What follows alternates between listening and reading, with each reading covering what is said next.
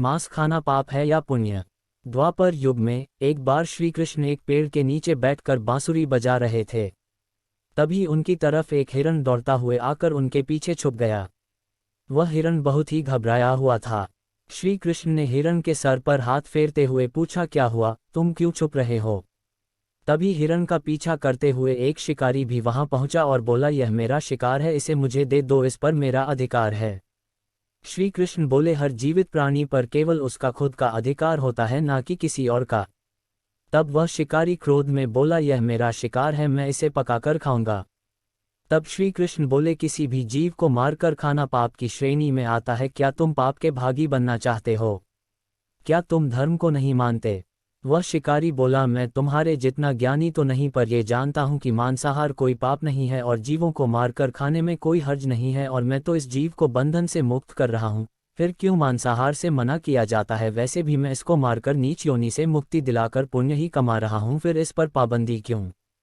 जहां तक मैंने सुना है, जीव हत्या को तो शास्त्रों में भी बताया गया है कि राजा लोग शिकार किया करते थे। आप ही बताए, मांसाहार पाप है या पुण्य? श्री कृष्ण समझ गए कि इसकी बुद्धि मांस खाने के कारण मंद हो गई है और इसमें सोचने समझने की बुद्धि समाप्त हो चुकी है। फिर श्री कृष्ण बोले, इस विषय पर मैं तुम्हें कोई राय नहीं दूंगा, पर मेरी एक छोटी सी कथा सुनने के बाद तुम्हें उत्तर देना है कि मांसाहार पुण्य है या पाप, और तुम्हें मांस खाना है या नहीं। वह शिकारी सोचने लगा कि इसमें मेरा तो कोई घाटा है नहीं, इस कथा को सुन ही लेता हूँ, मेरा मनोरंजन भी हो जाएगा और बाद में मुझे इस हिरण का मांस भी मिल जाएगा। श्री कृष्ण ने शिकारी से कहा कि सुनो, एक बार मगध में खाद्य संकट खड़ा हो गया था, तो अन्न की पैदावार भी कम हो रही थी। राजा को चिंता हुई कि यदि इस समस्या का शीघ्र निदान नहीं किया गया तो भंडार का अनाज भी जल्द खत्म हो जाएगा और भीषण संकट खड़ा हो जाएगा। राजा ने अपनी सभा में मंत्रियों से पूछा, देश की खाद्य समस्या को सुलझाने के लिए सबसे सस्ती वस्तु क्या है? सभी मंत्री गण सोच में पड़ गए, क्योंकि चावल, गेहूं, आलू आदि पदार्थों को उगाने के लिए बहुत श्रम करना पड़ता है।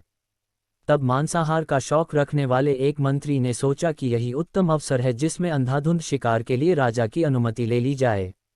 उसने सभा में कहा कि मांसाहार से सस्ता खाद्य पदार्थ कोई नहीं है, इसके लिए धन का खर्च भी नहीं है और पौष्टिक खाना भी मिलता है। सभा में सभी मंत्री गणों ने इस बात का समर्थन कर दिया, लेकिन मगध के महामंत्री अभी भी चुप थे। राजा ने पूछा, महामंत्री आप चुप क्यों हैं? आपने कोई प्रस्ताव नहीं दिया, आपकी क्या राय है? महामंत्री ने कहा, मैं यह नहीं मानता कि यह कथन सही है कि मांस सबसे सस्ता पदार्थ है, फिर भी इस विषय पर मैं अपनी विचार आपके सामने रखूंगा। महामंत्री उसी रात मांसाहार का प्रस्ताव रखने वाले मंत्री के घर पहुंचे। मंत्री ने इतनी देर रात महामंत्री को अपने घर आते देखा तो वह घबरा गया, किसी अनिष्ट की आशंका से वह कांप गया। महामंत्री ने कहा, संध्या को महाराज बीमार हो गए हैं, उनकी हालत बहुत ही खराब है। महामंत्री ने कहा कि किसी शक्तिशाली शरीर का मांस मिल जाए तो राजा के प्राण बचाए जा सकते हैं। आप महाराज की सबसे विश्वास पात्र हैं, इसीलिए आपसे अच्छा और कौन होगा। इसके लिए आप जो भी मूल्य लेना चाहे ले सकते हैं। आप कहें तो इस काम के लिए मैं आपको 1,00,000 स्वर्ण मुद्राएं भी दे सकता हूँ, एक बड़ी जागीर भी आप मांग सकते हैं। बस मैं तलवार से आपका थोड़ा मांस निकाल लूंगा। ये सुनकर मंत्री के चेहरे का रंग उड़ गया। वह सोचने लगा, जब जीवन ही नहीं रहेगा तो 1,00,000 स्वर्ण मुद्राओं का मैं क्या करूंगा, और बड़ी जागीर भी किस काम आएगी। वह अंदर भागकर गया और अपनी तिजोरी से 1,00,000 स्वर्ण मुद्राओं की पोटली लेकर आया। उसने महामंत्री के पैर पकड़ लिए और उनसे बोला, महामंत्री जी, मैं आपकी 1,00,000 मुद्राओं में अपनी 1,00,000 मुद्राएं और मिलाता हूँ। आप किसी और मंत्री का मांस खरीद ले, किंतु मुझे जाने दे। महामंत्री जी यह समझ चुके थे कि मंत्री को समझ आ चुकी है, पर महामंत्री ने आगे कहा, आप शरीर से बलवान है, आपकी कदकाठी महाराज से मिलती जुलती है, इसलिए वैद्य जी ने खासतौर पर आपका ही नाम लिया है। आपके दान से हमारे अच्छे राजा की जिंदगी बच सकती है। आप कहे तो मैं आपको महामंत्री का पद देने को तैयार हूं और खुद आपका सेवक बनकर रहूंगा। उसने याचना की कि महामंत्री जी, मैं इसके योग्य नहीं हूं। जब प्राण ही नहीं रहेंगे तो मंत्री पद का या राजा का सिंहासन भी मिल जाए तो मैं उसका क्या करूंगा। आप चाहे तो मेरा सब कुछ ले ले, और आप कहें तो रातों रात राज्य से निकल जाऊंगा। इतना कहकर वह अपनी घोड़े की ओर भागा, और जैसे ही अपने घोड़े पर बैठने लगा और आवाज आई कि तुम तो जा रहे हो और अपने परिवार को पीछे छोड़े जा रहे हो। मंत्री बोला, मेरे अपने प्राण से प्रिय कुछ भी नहीं है। जब जीवन ही नहीं रहेगा तो परिवार का क्या करूंगा। जीवन रहा तो ऐसे ही सुखी रह लूंगा। इतना कहकर घोड़ी पर छलांग लगाकर बैठ गया। वह अभी चलने को ही था कि महामंत्री ने घोड़े की लगाम पकड़ ली और कहा, आपको भागने की जरूरत नहीं है, आप आराम से घर पर ही रहो, मैं किसी दूसरे मंत्री के घर जाता हूँ। ये कहकर महामंत्री वहां से चले गए। महामंत्री के जाने पर मंत्री के अंदर कुछ जान तो आई, परंतु उसकी नींद खराब हो चुकी थी। 1,00,000 मुद्राएं लेकर महामंत्री बारी बारी से सभी मंत्रियों के घर गया और सभी से राजा के लिए थोड़ा सा मांस मांगा, परंतु कोई भी देने के लिए राजी नहीं हुआ। सब ने अपने बचाव के लिए महामंत्री को किसी ने 1,00,000 तो किसी ने 2,00,000 मुद्राएं तक दे दी।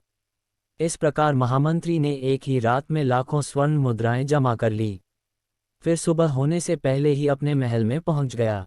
अगले दिन राजसभा में सभी मंत्री समय से पहले ही पहुंच गए।